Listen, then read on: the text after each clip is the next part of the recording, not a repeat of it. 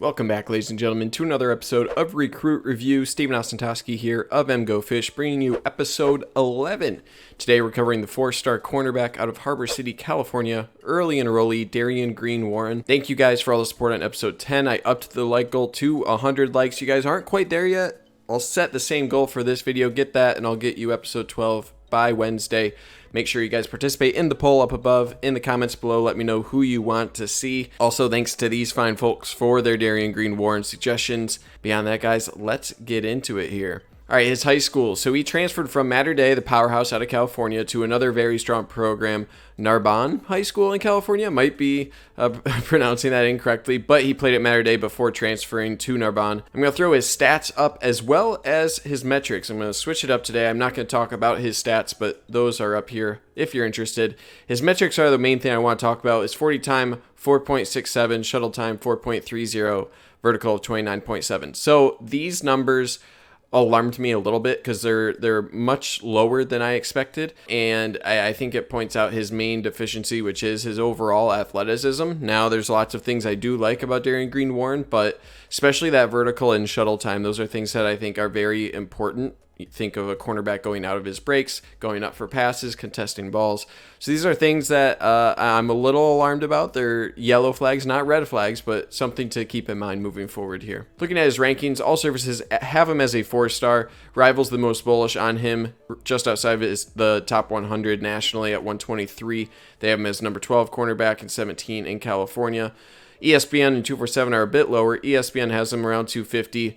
247 has him around 320. Both have him around 20 cornerback, 18 California for ESPN and 32 out of California for 247. The composite has him just under the top 200, around 13 cornerback, 20 out of California.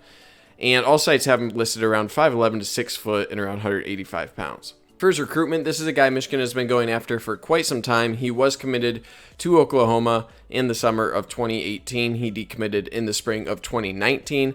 Longtime favorite after that was USC. It was believed to be a silent commit to the Trojans. He signed with Michigan during the early signing period. He announced this commitment to Michigan at the All-American Bowl game. His finalists were Georgia, Nebraska, USC, Oklahoma, and obviously Michigan. His offers outside of those top 5 was Florida State, Michigan State, Penn State, Wisconsin, Arizona, Oregon, Utah, Arkansas, Tennessee, as among others as well. So obviously a very impressive offer list. All right, let's move right into his scouting. There's a lot of film, so I'm going to put most of this over my face, hopefully. His skill set does not translate as well in the one-on-one setting, especially compared to 7-on-7 and in actual games. So for his positives, length, looking natural in his transitions, decisive out of breaks, explosion to make the most of decisions. Now, these are things that are out there that I don't necessarily agree with, but that's just why I'm explaining it right now. Physicality, really good tackler, good closing speed and instincts. He seeks competition, advanced technique, and very confident. So the things that I really agree with there, very great physicality, good closing speed and instincts. He went to a ton of camps. There's a ton of camp footage on him. So seeking competition at Mater Dei, at higher programs, California, is something that he's seen pretty much everywhere he's been. Advanced technique, I agree there, and very confident, which I also agree with. So some of his downsides, struggles with change of direction, some consistency at one-on-ones. I think especially agreed here with double or triple moves. He struggles there a bit. Doesn't have the tip-top athleticism that you like to see at the position, lack of speed, and lack of makeup speed. There are conflicting reports about his footwork as well as his transition from back pedal to run with the receiver. So let's just go right into his film here, and then I'll talk kind of about my scouting report compared to these that I listed here. So this first section here for interceptions, I thought he had decent ball skills. He did catch with his chest on most of these, so he doesn't flash the hands all too much here. I do really like his body positioning. I think that's very important as a cornerback. Run the route for the wide receiver, right? Box him out when you're on that route, and that'll increase your chances of being in the right spot for the interception. I think that's something he does pretty well here. His eyes are very good as well. He'll move his eyes from the wide receiver to the quarterback at the right time more often than not, and that allows him to jump the pass just like that when he takes back for a pick six. So I like his instincts. They really shine here. They take him really far in this aspect, and I think he can hack it with hands as a cornerback. I think he's power 5 at that level. So no real complaints about his ball skills here. So a few pass breakups here. So he does really well to get his hands on the wide receiver. That helps break down the actual route that they're running and makes up for his lack of athleticism. So he likes to get his hands on guys so then he can shift his eyes to the quarterback and locate the ball in the air. When he's in his zone here, he performs really well, or off ball, good closing speed on that one as well. But when he's in off ball situations with everything playing in front of him, he can react really well. I like his ability to knock the ball out of a receiver's hands after they're catching it. So really, back to the quarterback facing the wide receiver, he can get his hands up through the path of the wide receiver well. All right, this is a few clips on tackling. This is probably my favorite aspect of his game. Not afraid to lay a lick on a guy by any sense of the imagination there. Great hit.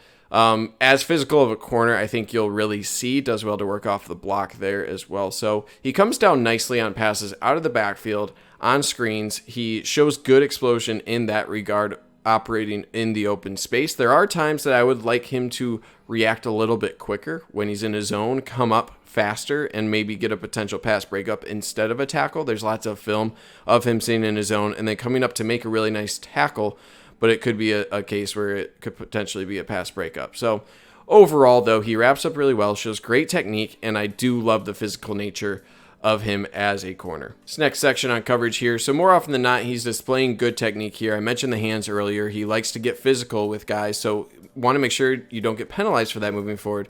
But he does a good job of staying on guys when he's able to be physical. So he doesn't have the raw athleticism to keep up with those top tier athletes, but when he's able to get his hands on, he has some subtle ways to affect wide receivers, get them out of their rhythm, out of their desired path, and stay with them. So I think he has to play catch up on a lot of guys where if they're 4-4 or 4-5 guys, that could be a detriment later on.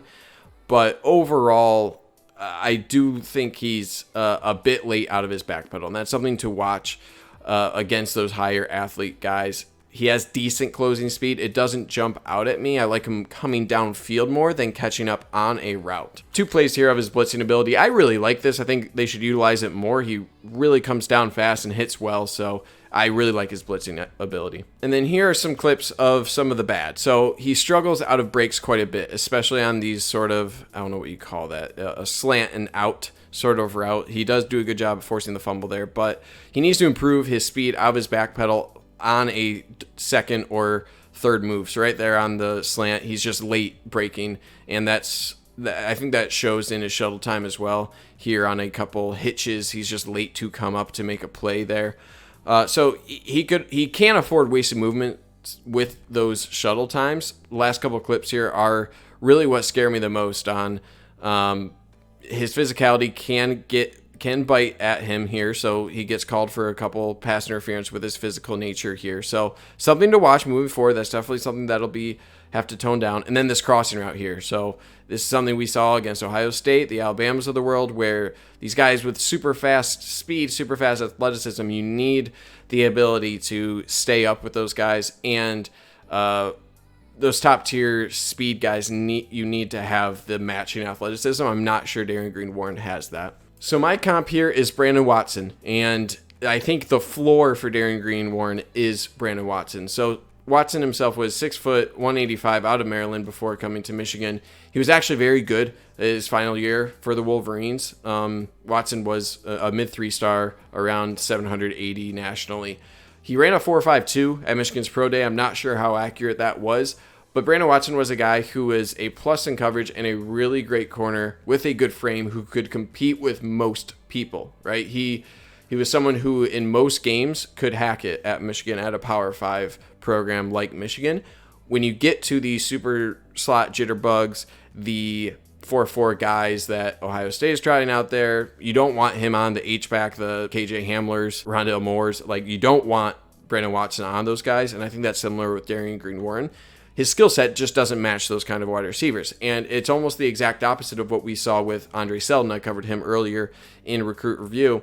Andre Selden's a guy who can stick with anybody, but his physical limitations are maybe against those 6'2", 6'3" guys who can really go up and get that ball. Andre Selden was only 5'8". Darion Green-Warren has that height, has that frame. He is a better suited guy to compete with those guys who maybe aren't as quick twitch, but he has the size to compete with them. So it's just a matter of how you deploy him and being mindful of the best way to use the skill sets that Darion Green-Warren has. So I think they're really comparable in kind of what they brought to the table. Watson was really good technically for most assignments. He was very great as a third cornerback, and I think that's what we'll see out of Darion Green-Warren. So for projection, it's really open cornerback room right now. You have starters Vincent Gray, Ambry Thomas, and then you have a bunch of backups who we haven't seen a whole lot of. DJ Turner, Jamin Green, George Johnson, Jalen Perry, and then true freshmen Andre Selden and Darion Green-Warren. So it's really an open room behind those top two. I'd expect one of DJ Turner, George Johnson, and Jalen Perry to make an impact there. But I am more bullish on Selden than I am Darion Green-Warren. So I think a redshirt is in the cards for Darion Green-Warren in 2020. We'll see. I could be wrong. Down the line, I think Darion Green-Warren could be a multi-year starter. I think he's better as maybe a guy off the bench for certain matchups. There's always a place for a 6-foot, solid technical corner with plus physicality. I think there's always a place for that. My interest would be if Michigan's able to get more cornerbacks, get more athletic cornerbacks, I would like to see Darion Green-Warren transfer over to safety. I think a free safety where he's able to play over the top of coverage, come down and run support where he really shines with that explosion coming down the field. Trust his instincts, use those a lot more. Getting him in more zone opportunities, getting him being able to react to the ball based off of his eyes, based off of those instincts, he can really shine more. So I think while he has a higher floor right now just because of his experience at the cornerback position, his ceiling may be higher as a free safety where he's able to operate in those constraints that fit his skill set a little bit more than a true corner in a Don Brown system. So that would be my goal, is try to transition him to a free safety position down the line. But right now, given how open the cornerback room is and how we really need guys to fill in and add depth there, for the first year or two, get a red shirt, get him up to speed with the defense, and then maybe see a transition to a free safety later down the line. All right, guys, that's all I have for today. I'm excited for Darion Green-Warren. I think even though I sound a bit critical here, I think there's a place for him. I think there's a way Michigan can use him to really utilize the skills that he does bring. High competition guy. So I'm excited. Let me know who you guys want to see next in the poll or in the comments. Follow me on Twitter at Steven Toski. As always, guys, stay safe out there, wash your hands, and go blue.